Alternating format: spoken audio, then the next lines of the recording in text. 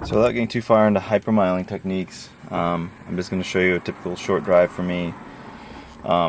Before I'm even turning the key on, I have the vehicle in the gear that I want to start and move in, seatbelt on, all that kind of stuff. I'm pretty much ready to go. Just so happens my driveway's on an incline, so I back into the road, and what you can see here, without engaging the motor here. And then there's a slight incline here, and so long as there's no one behind me, which there's not, I can just slowly take off here without having to engage the motor. There's a stop sign coming up, so this is part of my drive, part of my routine. So you can see on the gauge it's just 999, indicating that I'm getting unlimited fuel miles per gallon at the moment, which is what would happen if, go down a good hill. And as soon as I start it up, you're going to start to see some numbers change on the display. Time to start. So here we go.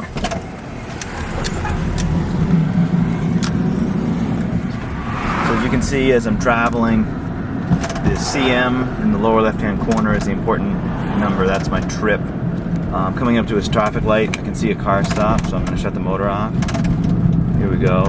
We're averaging 31, 32. Oh, the light turned green, so re-engage. Here we go. I did that in second gear because I'm traveling pretty slowly. I could have done that in third or fourth. Then I would have had to switch gears in order to get moving again. So here we go, traveling slowly here. You can see I'm doing about 20 miles an hour. I've got this whole section right here I drive on such a consistent basis that I have it pretty well mapped out exactly where to shift, exactly where to engine off coast, and the like. So as we're traveling, I'll try to get that shot in. Traveling about 29 miles an hour. Going to kill the motor right now. Watch my hand.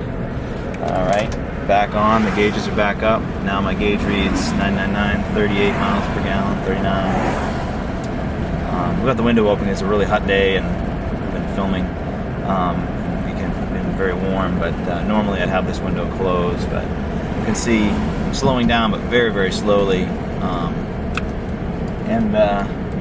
I'm getting up to 53, 54 miles per gallon. Here we go. Coming up to an intersection rotary. So I'm going to start in third gear unless the cars won't let me, which they will. So restarted the motor. I'm actually going to drive it in third gear, just let it growl. Won't hurt anything to let it growl.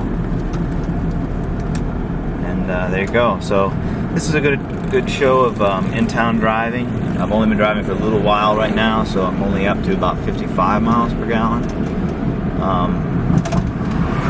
The gauge sort of slowly goes up as I'm driving, depending on what gear I'm in. The engine's cold, by the way, so my lean burn capability of the VX is not yet started. It doesn't actually work until the car is at operating temperature or close to it. So right now, I'm only able to achieve 65, 62 miles per gallon on a flat. Right now it's like 53, 59, there you go. It's about typical. So in a little bit when that engine warms up, I'll give you a better idea of what it's like. I'll probably have the number way up by then because I've got a couple of engine off coast to do. Alright, so we're back. Just about at operating temp, which is a little tough to see with and now the vehicle is able to do lean burn mode. You can see I got it up to 63. I had a nice little engine off coast just a little while ago. And right now I'm headed down a hill, so I'm going to shut the motor right off. A little tricky to do with a camera in your hands, but make it happen. So here we are, we're traveling about 28 miles an hour, 27 on the gauge, 66 miles per gallon, 67 coming up. Person in front of me is stopping for some reason. Nope, they're turning, so I'm going to stop for them. Slowing down here, I need to get a little more momentum. I'm going to put it in fifth, restart, shift to third, gain a little road speed. Notice that the lean burn isn't active for the first 10 seconds or something after you re-engage the motor. So the engine's back to off again.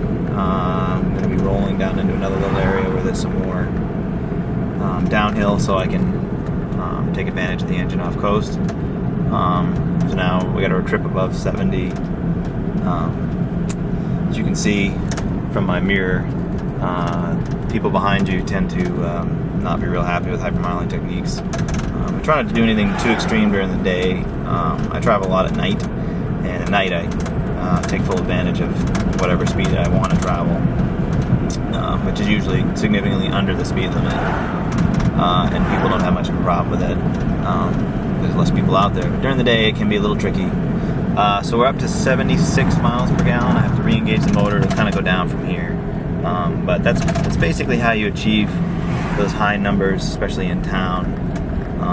And you kind of have to work at it. It takes a long time to get really practiced enough to get those high numbers, but that's how you do it. So anyhow, thanks for watching. Please, if you like the video, subscribe. I'm going to be having some more do-it-yourself type videos, and how to make high fuel economy and that sort of thing, and how to fix things, with an emphasis on really low budget.